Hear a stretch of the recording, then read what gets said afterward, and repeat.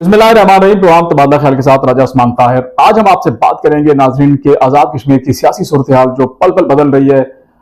ऊंट किस करवट बैठेगा, और इसके साथ साथ आज आपसे ये खबर भी हम शेयर करेंगे कि साबिक वज़ीर आज़म तनवीर इलियास ने करोड़ों नहीं बल्कि अरबों रुपए जो है वो फंड इस्तेमाल किए हैं। और एक तरफ उन्होंने ऐलान किया था कि वो तनख्वाह नहीं लेंगे, लेकिन आज ही चीफ सेक्रेटरी ने, बल्कि बेहतर चीफ सेक्रेटरी ने एक लेटर जारी किया है सेक्रेटरी फाइनेंस को, जिसमें जो बड़े बड़े इंकशाफात किए गए हैं कि इतने करोड़ों अरबों रुपए के फंड्स कहां से निकाले गए, कैसे इस्तेमाल किए गए, इसके ऊपर भी बात करेंगे। इस तमाम तर दोनों खबरों के ऊपर तबादला ख्याल करने के लिए हमारे साथ स्टूडियो में मौजूद हैं यासर आरिफ। यासर, आपको हम वेलकम करते हैं। आपसे हम ये पूछेंगे सबसे पहले कि ये बताएं कि जिस तरह आजाद कश्मीर की जो सियासी सूरत हाल है वो पल पल बदल रही है, अभी तक जो नए कायदे अमान का, नए वज़ीर आज़म का इंतखाब नहीं किया जा सका है। अपोजिशन अपनी खींचातानी में लगी हुई है और हुक्मरान जमात जो पीटीआई के लोग हैं, पीटीआई वाले अपनी खींचातानी में लगे हुए हैं, लेकिन ऊंट किसी करवट बैठ नहीं रहा है। यानी अजीब दिलचस्पी सूरत हाल हुई है। हमने भी एक दो रोज कबल पहले दौरा किया था मुजफ्फराबाद का, और बड़ी अजीब और गरीब सियासी कश्मकश वहां चल रही है। तो इसके ऊपर हमारे नाज़रीन जो है वो सुनना और जानना चाहते हैं कि ये क्या क्या खिचड़ी पक रही है और क्या घिचमिच बनी हुई है वहां पे। उस्मान साहब, बहुत शुक्रिया। सबसे पहले तो हम अपने नाजरीन को बताएं कि हम गुज़िश्ता 2 माह से जो जो बातें अपने इस चैनल पे बैठ के लोगों को बताते रहे, बहुत सारे लोग उसको संजीदा नहीं लेते थे, लेकिन आज वो वक्त आन पहुंचा है जब उसका एक एक सबूत आश्कार होकर सबके सामने आ रहा है। और यकीनन अब लोग कह रहे हैं कि अच्छा, हम किस कदर गलतफहमी में थे। हमने 2 माह पहले सबसे पहले ये बात कही थी कि सरदार तनवीर इलियास खान साहब जो हादसाती तौर पे इस रियासत के प्राइम मिनिस्टर बन गए हैं, वो रियासत के ज़ाब्ते, कानून, आइन, रूल ऑफ बिजनेस से मुकम्मल तौर पे नाबर्द हैं। वो इस रियासत के लिए कलंक का टीका बन चुके हैं, और वो रहेंगे या ये रियासत रहेगी। और वो चीजें एक एक करके सामने आई कि रियासत उनका बोझ 10 से 11 माह जो है ना बर्दाश्त नहीं कर सकी, और बिला आखिर वो वक्त आन पहुंचा कि उन्हें अदालतों से नाअहल करा दिया गया। लेकिन जो जो जो चीजें हम बिल्कुल, जिसे आप कह सकते हैं कि कदम ब कदम तरतीब से अपने नाजरीन के साथ शेयर करते रहे, उसमें एक सबसे बड़ी चीज ये थी कि बैड गवर्नेंस है, उसमें यह था कि फाइनेंशियल करप्शन है, और बहुत बड़े पैमाने पर करप्शन है, रियासती तारीख की सबसे बड़ी करप्शन है। और गुज़िश्ता रोज जब आजाद कश्मीर के चीफ सेक्रेटरी ने सेक्रेटरी फाइनेंस को एक लेटर लिखा, और उसका क्रेडिट भी हमें जाता है कि हमने सबसे पहले वो स्कैंडल एविडेंस के साथ लोगों के सामने लाया, जिसके ऊपर बताया गया कि 3 सहमाइयों के अंदर अभी 4थी सहमाई पूरी नहीं हुई, यानी 10.5 माह के दौरान सरदार तनवीर इलियास खान साहब ने प्राइम मिनिस्टर सेक्रेटेरिएट फंड से जो सालाना मुख्तस होता है 20 करोड़ पे, वो आते ही उन्होंने खर्च करने के बाद 70 करोड़ 50 लाख रुपए उसमें इजाफी लिए, वो इजाफी लेके वो भी उड़ा दिए। और फिर इसी तरह सीक्रेट फंड के जो मद होती है उसके अंदर जो 2 करोड़ रुपए होते हैं, सिर्फ यहां पे ये जो बड़ा पैसा निकाला गया, इसमें सबसे बड़ी अमाउंट सीक्रेट फंड से निकाली गई। सालाना 2 करोड़ रुपए सीक्रेट फंड के लिए प्राइम मिनिस्टर को दिए जाते हैं, और सरदार तनवीर इलियास खान साहब को आप खराजे मुबारकबाद पेश करें, रियासत की गरीब अवाम का पैसा, उन्हें मुबारकबाद पेश करें कि उन्होंने 60 करोड़ 50 लाख रुपए सीक्रेट फंड में इजाफी निकाल के उड़ा दिए। ये पैसा कहां गया, और नाजरीन को हम बताएं कि दूसरी तरफ क्या था। दूसरी तरफ महकमा औकाफ आजाद कश्मीर के अंदर जो ये महकमा है, ये आजाद कश्मीर के तालीमी इदारों में मौजूद यतीम बच्चों और बच्चियों को जो एक स्कॉलरशिप सालाना दिया करता था, वो स्कॉलरशिप बंद हुई। वो बच्चे बेयारो मददगार हुए, उनकी फीसें नहीं भरी जा रही थी। जब वो महकमा औकाफ के पास आए और उनसे पूछा कि हमारी सालाना वो फीसें कैसे पूरी होंगी, तो उन्हें बताया गया कि सरदार तनवीर इलियास खान साहब आपकी यतीम बच्चों और बच्चियों की स्कॉलरशिप की मद खत्म कर चुके हैं। एक तरफ यतीम बच्चों और बच्चियों के साथ ये सलूक किया गया, और दूसरी तरफ अपने जाती अलल्लु तलल्लु, अपनी पॉलिटिकल मैनेजमेंट के लिए, अपनी जाती अयाशी के लिए ये करोड़ों रुपए और 4.5 करोड़ रुपए का हेलीकॉप्टर इस्तेमाल किया गया था पिछले अरसे के अंदर, इस पिछले 9 माह के दौरान। ये सारे रिकॉर्ड आज मंजर आम पे आ चुका है। और हम डे वन से ये बात कह रहे थे कि ये जितने एक्सपेंस हो रहे हैं ये सरकार के खजाने से हो रहे हैं। सरदार तनवीर इलियास खान साहब अपने जाती बिजनेस से उन्हें अलग किया जा चुका है, लेकिन लोगों ने इसको, बड़े बड़े लोगों ने इसको संजीदा नहीं लिया।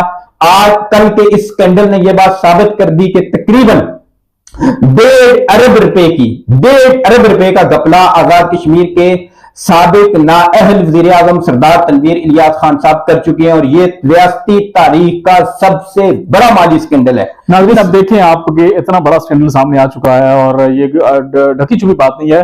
चीफ सेक्रेटरी आजाद कश्मीर ने जो लेटर लिखा है उसमें बाकायदा तौर पर हाईलाइट किया गया है कि इतने इतने फंड्स मुख्तस थे और 3 सेमाइयां भी हुई हैं और 3 सेमाइयों में इतने सारे, इससे दुगने तिगने फंड जो है वो वज़ीर आज़म साहब निकलवा के इस्तेमाल कर चुके हैं।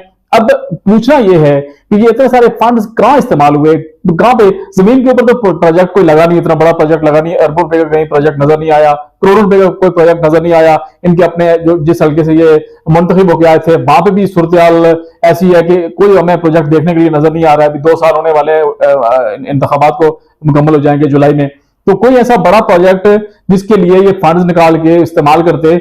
लेकिन बाजार ये लग रहा है कि जो फंड्स निकाले गए हैं ये इन्होंने अपने जाती इस्तेमाल के लिए, अयाशियों के लिए निकाले हैं और उनको इस्तेमाल किया गया है।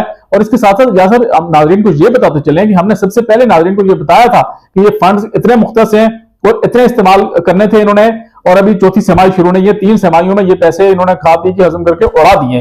उस्मान साहब, आप डेवलपमेंट का रोना रो रहे हैं, आप तरक्याती कामों का रोना रो रहे हैं। उन्होंने मुबैना तौर पे अपने खास मशीरान को ये कहा हुआ था कि मेरा नाम ना आए, अपना लक बांटा करें, आजाद कश्मीर की तारीख सीधा करो। सरदार तनवीर इलियास खान साहब ने करप्शन करप्शन करप्शन और सिर्फ करप्शन, ये वाहिद उनका मोटो था। बाकी उनके जो हवाई ऐलानात थे वो लोगों को दिखाने के लिए थे।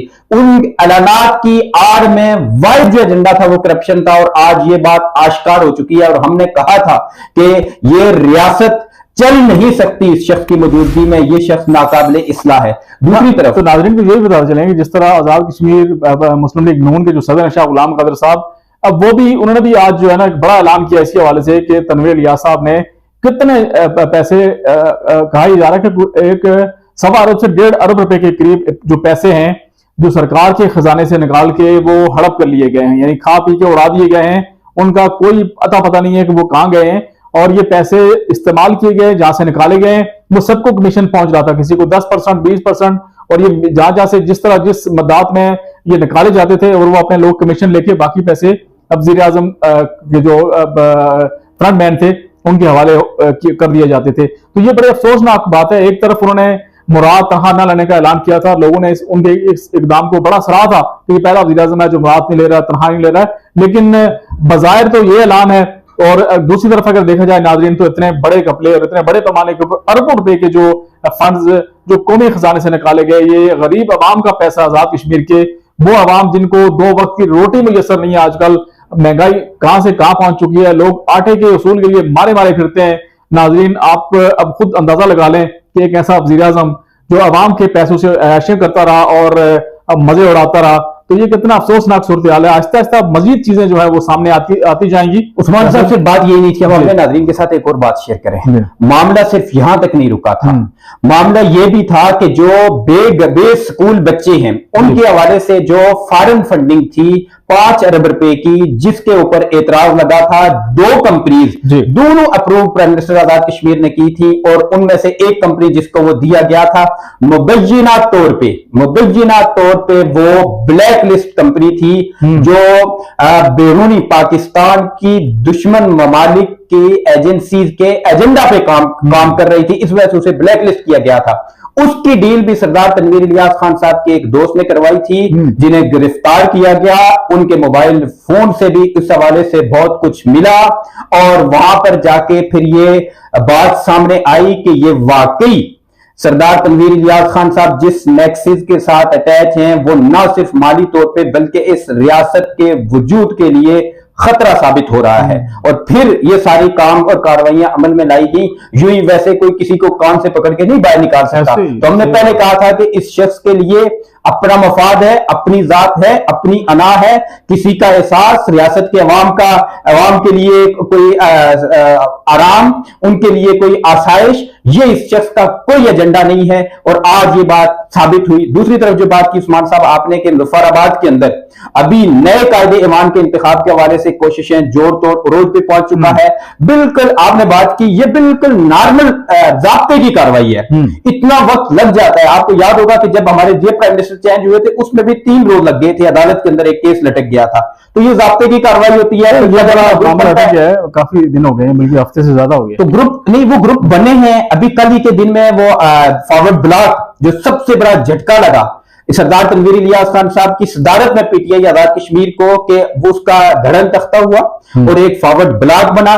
पीटीआई आजाद कश्मीर टूट गई। बैरिस्टर सुल्तान महमूद साहब के साथ इनके जो लोग, करीबी लोग, इनकी बगल के अंदर रहने वाले लोग जो हमने बताए थे, जावेद भट्ट साहब, इसी तरह दीगर लोग, वो जाके सदर हाउस बैठ के और उन्होंने इनसे जो है ना अलहदगी इख्तियार कर दी। कल अब फॉरवर्ड ब्लॉक मुकम्मल तौर पर बन चुका है। आज के दिन में मजीद लॉबिंग हो रही है क्योंकि ये इत्तेहादी है, 2 पार्टीज इसमें शामिल हैं, पीडीएम की 2 पार्टीज हैं, उनके साथ ये फॉरवर्ड ब्लॉक जाके मिल रहा है। कल के दिन में ये यकीन है कि इंशाल्लाह ये नए प्राइम मिनिस्टर का इंतखाब हो जाएगा। तमाम जो मराहल हैं वो मुकम्मल होने के बाद इत्तेहाद किस बुनियाद के ऊपर होगा, इसके ऊपर अभी मामला तय किए जा रहे हैं। और इत्तेहाद मुकम्मल होने के बाद जो है वो नए कायदे अवान का इंतखाब होगा और उसमें यह ऐलान किया जाएगा कि नया कायदे अवान कौन होगा। अब ये देखना इंटरेस्टिंग बात एक और है यासर यहाँ पे कि पीटीआई की जानिब से भी उनका जो उम्मीदवार है वो सामने नहीं आ सका कि वज़ारत उज़्मा का कौन सा उम्मीदवार सामने होगा। हमारी उनके पीटीआई के काफी सारे लोगों से बात भी हुई थी। उन्होंने अपने बड़े तहफ़्फ़ुज़ात का इज़हार किया था कि अगर इस शख्स को अगर नामजद किया गया तो हम इसको वोट नहीं देंगे, इसको नामजद किया गया तो हम वोट नहीं देंगे, इसको नामजद किया गया तो वोट नहीं देंगे। तो ये एक नई कहानी शुरू हो जाएगी अगर उनका जो पीटीआई का उम्मीदवार सामने आता है। तो उसके बाद अब देखते हैं कि पीटीआई के मजीद लोग टूट के उनकी तरफ जाएंगे। ये हतमी तौर के ऊपर मैं कह रहा हूं क्योंकि काफी लोगों ने, जब मुजफ्फराबाद में गया तो काफी लोगों ने इसका इजहार किया कि अगर खान साहब फलां बंदे को नॉमिनेट करते हैं, चंद एक नाम थे जिनके ऊपर तमाम लोग मुत्तफिक हो रहे थे, लेकिन अक्सर ऐसे नाम है जिनके ऊपर उनका खुद से भी इत्तेफाक नहीं हो रहा है। बिल्कुल ऐसी है उस्मान साहब, और बिल्कुल यही है। अभी बड़े सरप्राइज आना बाकी है। पीटीआई अपना नाम अनाउंस इसीलिए नहीं कर रही, अपने उम्मीदवार का नाम अभी तक वो एक्सपोज इसीलिए नहीं कर रहे कि उन्हें पता है कि उसके बाद तो खाम में कुछ लोगों ने खड़े होकर एतराज करके निकल जाना है। दूसरा ये हुआ दिलचस्प बात कि इस बार सरदार तनवीर इलियास खान साहब ने जिन जिन लोगों को पैसे दिए उसमें दिए मीन्स ये कि हमने कहा था कि उस दिन डील हो गई थी 2 से 3 रोज कबल, सारा अभी भी डील जो है ना स्टैंड कर रही है। इसको क्या देना है, जो जमात से हटकर लोग हैं उनके साथ पैसे तय हैं, लेकिन पीटीआई के अंदर की अक्सरियत ने सरदार तनवीर इलियास खान साहब को पहले ही बता दिया कि हुजूर वाला आपसे हम पैसे नहीं लेंगे। वो सारे लोग सिर्फ ये देख रहे हैं कि ये पैसे देके कहीं हमें काना करके बाद में फिर अपना इन्फोर्स करवाएं अपना जो नामजद करके मेंबर नहीं। उन्होंने पहले ही कह दिया है कि जब इमरान खान साहब की तरफ से नाम आएगा उसके बाद हम उसके ऊपर देखेंगे कि हमने कौन शख्स है, इसको वोट करना है नहीं करना है। पीटीआई के अंदर भी मुकम्मल तौर पे एक तकसीम कार मौजूद है जो उनके पास मेंबर्स हैं। दूसरी तरफ हम नाज़रीन को बताएं कि फॉरवर्ड ब्लॉक के पास 31 का 31 का फिगर पूरा है। चाहे ये 31 के फिगर में से एक आध दाना जो है वो आपको दूसरी तरफ नजर आएगा, लेकिन ये उनके पास फिगर पूरा है। और अभी अगर फॉर्मूला चेंज ना हुआ, कोई थोड़ी बहुत तब्दीली ना आई, जिसकी बहुत कम गुंजाइश है, वो उसके ऊपर हमने आज एक फेसबुक पे अपने जो ने दिया है बी के लफ्ज के साथ कि बी, अगर बी का इशू ना आया तो फिर उसमें थोड़ी बहुत तब्दीली आएगी, लेकिन अगर और यकीन है कि ऐसी कोई चीज नहीं होगी तो ये जो मौजूदा सेटअप चल रहा है यही एग्जिस्ट करेगा। बी का इशू ये है कि प्लान बी एक है। अच्छा। बी से मेरा प्लान बी है। प्लान बी भी जो है ना बिल्कुल वो अंडर कंसिडरेशन है, वो भी अंडर डिस्कशन है। प्लान ए के ऊपर अमल ना हुआ तो प्लान बी मौजूद है। लिहाजा जो सरदार तनवीर इलियास खान साहब हैं, उनके जो हमनवा हैं, उन्हें बिल्कुल राम रहना चाहिए कि आपका बंदोबस्त, उनके हमनवा तो आहिस्ता आहिस्ता हमको छोड़ दिया, आपका बंदोबस्त बहुत पक्का हुआ है। आप किसी गलतफहमी में ना रहे। और हुआ भी इस वजह है और इस वजह से है कि वो आपके कारहाय नुमाया हैं। किसी ने आपको कुछ नहीं किया, किसी ने साजिश नहीं की, किसी ने साहब तो आजाद कश्मीर को मैदान कारजार बनाना चाह रहे थे, और अभी रमजान के बाद तो वो मैदान कारजार स्मार्ट साहब दूर की बात। हाई कोर्ट में जब इनकी नायल ये देख लें, उस मंजरनामे को आप देखें, कुदरत चश्मे तसव्वुर से उसका नजारा करें। जब बाहर पता चला लोगों को, वहां पे जो इनके कारकुनान थे बहुत सारे लोग, कि हाई कोर्ट ने नाअहल कर दिया है, लोग वहीं से खिसक के निकल गए थे, वीडियोज मौजूद हैं, एविडेंस मौजूद है, सबूत मौजूद हैं। तो किसने मैदान कारजार बनाना? खास बात एक और यासर, हमने पहले भी नाज़रीन को बताया था कि जहां से ये मुंतखब हुए हल्का 15 बस्ती बाग से, वहां अभी तक कोई एक सिंगल बंदा इनके हक के लिए नहीं निकला है, कोई प्रोटेस्ट नहीं हुआ है, बल्कि लोगों ने खुशियां मनाई हैं कि एक बंदा हमसे वोट लेके गया, बाहर जाके कहता जी मैंने वोट खरीद के लिए, और 2 साल से हल्के में मुंह तक नहीं दिखाया, और लोगों के साथ जो इन्होंने किया है, तो फिर ऐसे ही होना था। हल्का बस्ती बाग हमारे अपने वकार है। हमने पहले भी इसके बारे में कहा था कि जिन लोगों ने हल्का बस्ती बाग के लोगों को अंडर एस्टिमेट किया, वो निशान इबरत बने। इन्होंने बहुत ज्यादा किया, ये बहुत पहले बन चुके हैं, और अभी जो अल्लाह करे ज़मीनी इंतखाब हो, फिर इनको पता चल जाएगा। लेकिन ये बरमला बस्ती के लोगों को, रिकॉर्ड पे मौजूद है, लोग बताते हैं, फ्रंट लाइन के लोग उनको ये कहते रहे, वो उन्हें मिलने गए अगर कि मैं मुजफ्फराबाद जाता हूं तो ये बस्ती के लोग वहां मुंह उठाए पहुंच जाते हैं, मैं इस्लामाबाद आता हूं तो ये मुंह उठाए वहां पहुंच जाते हैं, मैं बंगोई जाता हूं तो ये मुंह उठाए वहां पहुंच जाते हैं। और ये बात इन्होंने ऑन रिकॉर्ड मौजूद है, लोगों को ये बात कही, और इस पे नाराज होकर लोग, फ्रंट लाइन के लोग बैठे, नाराज होकर बैठे। मैं यासर इस चीज का खुद गवाह हूं कि बस्ती के लोग कश्मीर हाउस के गेट के ऊपर आके धक्के खाते रहे, मुजफ्फराबाद पीएम हाउस के गेट के ऊपर आके धक्के खाते रहे, मुजफ्फराबाद पीएम सेक्रेटेरिएट के आगे उनको किसी ने अंदर नहीं जाने दिया, वहां लोग आके धक्के खाते रहे, अपनी दरख्वास्तें लेके, अपनी फाइलें लेके वहां पहुंचते रहे, लेकिन किसी ने उनको एंटरटेन नहीं किया, लोगों को धक्के मार के निकाला जाता रहा। और मैं इसका आई विटनेस हूं, मेरे सामने ऐसे बहुत सारे वाकयात हुए। और इसके साथ साथ यासर, जो आजाद कश्मीर की ताज़ा सूरत हो सकता है कल कायदे अवाम का इंतखाब हो जाए, तो अगर कल खुदा न खास्ता नहीं होता है तो फिर लग ये रहा कि ईद के बाद शायद कायदे 14 दिन पूरे हो जाएगा, लेकिन ज्यादा इन्होंने करना है, 14 दिन के अंदर अंदर ये इंतखाब होना है, बिल्कुल, क्योंकि रूल ऑफ बिजनेस में मौजूद है। तो लेकिन दूसरी तरफ जो ना बड़ा इज़्तिराब है पीएम हाउस में, आप तो वहां से घूम के आए, सरदार तनवीर इलियास खान साहब और नाअहल होने के बाद से। अब खास बात मैं बताऊं, नाज़रीन को बता दें कि पीसी होटल में कमरे बुक किए हुए थे सरदार तनवीर इलियास साहब ने, उसमें लोगों को ठहराया हुआ था। और वो छांगा मांगा की सियासत एक बड़ी मशहूर है, यहाँ से पाकिस्तान से छांगा मांगा लोगों को लेके गए थे, छांगा मांगा, और वहां जाके उन्होंने बंद कर दिया था, ताकि ये लोग जो है ना कहीं निकल ना सके, जब वोट इंतखाब हो तो फिर डायरेक्टली उनको उठा के अवाम में लेके आए। तो ये सूरत हमने पीसी होटल मुजफ्फराबाद में देखी कि इनके जो पीटीआई के जो मेंबरान असेंबली हैं, वो सबको जो इनके हमनवा थे या इनके करीबी समझे जाते थे, तो सबको वहां पे रूम लेके वहां ठहराया हुआ था, महसूर किया गया था। और मैं आप यकीन करें मिलने से बड़े कतरा रहे थे, उन्होंने नहीं कहा अब मिलना नहीं है, हमारे लिए बड़ा मसला हो जाएगा, कहीं खबर निकल जाएगी तो हम जलील हो जाएंगे। तो हमने उस बार पहले अपने प्रोग्राम में कहा था कि वो इमरान सीरीज जो है ना, वो जो एक इंटेलिजेंस की दुनिया का एक दिमाग और ज़हन सरदार तनवीर इलियास साहब का बना हुआ, उसी के तहत उन्होंने लोगों को महसूर किया हुआ था।